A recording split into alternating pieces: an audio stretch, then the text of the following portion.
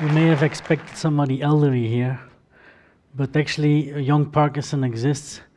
Juvenile Parkinson in Belgium, for instance, exists, although it's not yet widely known. In Belgium, there's about 1,000 patients younger than 45 with this illness. The symptoms are sometimes better known. That is to say, some symptoms. For instance, the tremor is widely known, but first of all, can I ask you all to sit still a bit, because I think you're shaking an awful lot.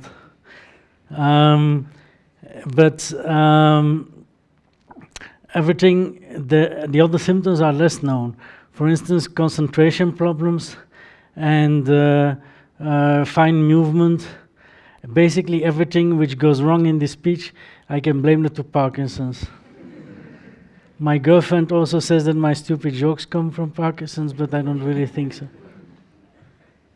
This operation is quite special. Sorry, I didn't tell you about the operation yet. So let me first tell you about the deep brain stimulator operation.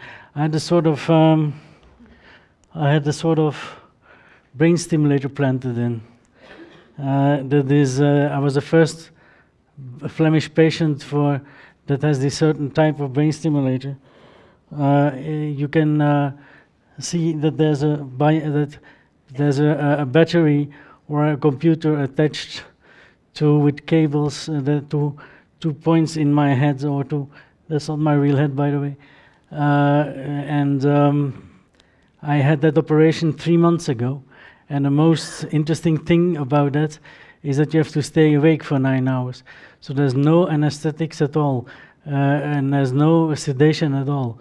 They just, when they drill through your skull, a sound that I really heard, they just sedate a little bit the surface, the skin of your skull, but the sensors that I put 10 centimeters deep in my brain, I witnessed that from A to Z, and because they have to test your reactions when they put the stimulation on.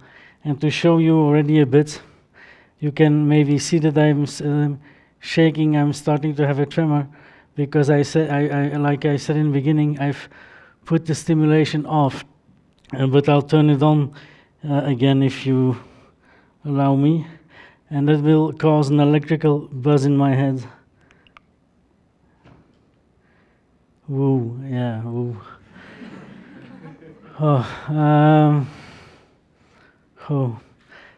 Sometimes people ask me, what do you feel now? Well, it's like when you hit your elbow to something, your arm gets numb or electrical, and that's what I witness now, but also in my brain. I have the same feeling. Let me talk to you about, you see I can move already a bit better, so the stimulating effect is quite imminent. Let me talk to you about the 3 lives I had with Parkinson's disease. First life is actually before I had Parkinson's. I was a food aid officer in Foreign Affairs Belgium. Here you see me talking to former child soldiers in the east of Congo. Actually, we were combating the injustice of hunger in the world, and at 2009, I was struck by Parkinson's, so at a young age actually, of 35, and that's my second life with Parkinson's.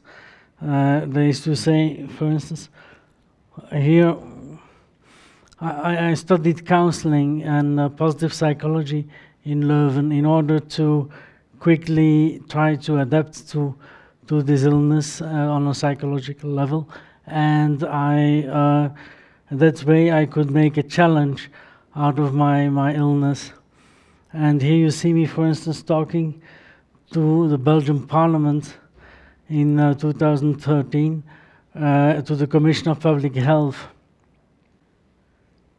Also, I created a young patients group in 2013 in order to talk together about illness.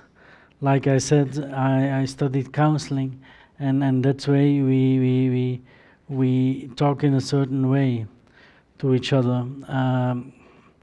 The third life I had with Parkinson's is actually when I had this operation 3 months ago.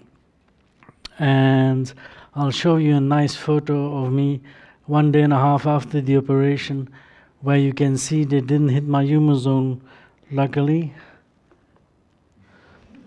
Actually, I'm breaking the law here, as you can see. I'm parking my wheelchair underneath a traffic sign that says that I'm immobilized, which is actually true at the time. And I've got my smiley balloon on the right, by the way, not on the left. And this young patients group, actually, where there are lots of little miracles that are happening there, and I would like to tell you about that. The first little miracle is Katja.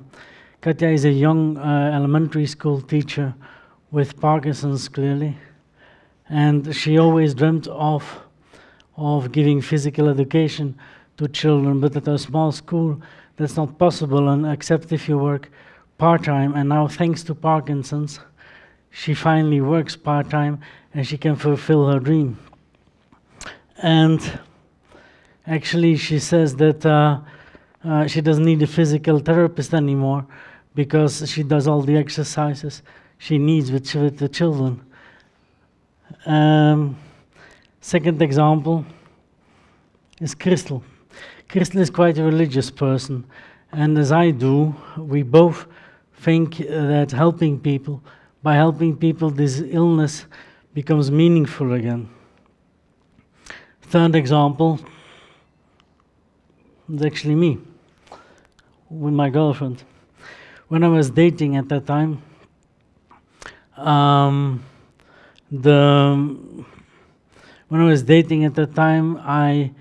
I quickly saw that telling a positive story, but being authentic, is actually much nicer, much more positive, because it gives positive reactions.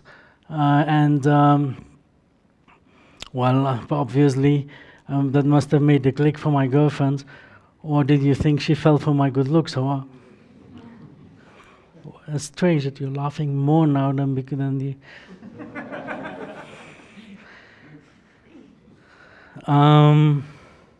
In that young patients group, actually, what we are seeing is something particular, because a sort of a domino effect creates. When we are helping people, we've seen that they help in turn other people, other patients with the same illness, like I said, and that domino effect is quite inspiring, because. And you may ask me, hey Jan, how can we copy this example to our lives? Or what is your recipe to live a better life? Or even, what do you do if you don't have Parkinson's yet? Well, if you don't have Parkinson's yet, doesn't matter, because don't wait. Don't wait until you have Parkinson's to live a better life. Secondly, you can connect with people. You can connect with people by using humor and by giving a positive story. And because everybody hurts, don't you sometimes? And by changing other people's lives, your life will become more meaningful. Thank you.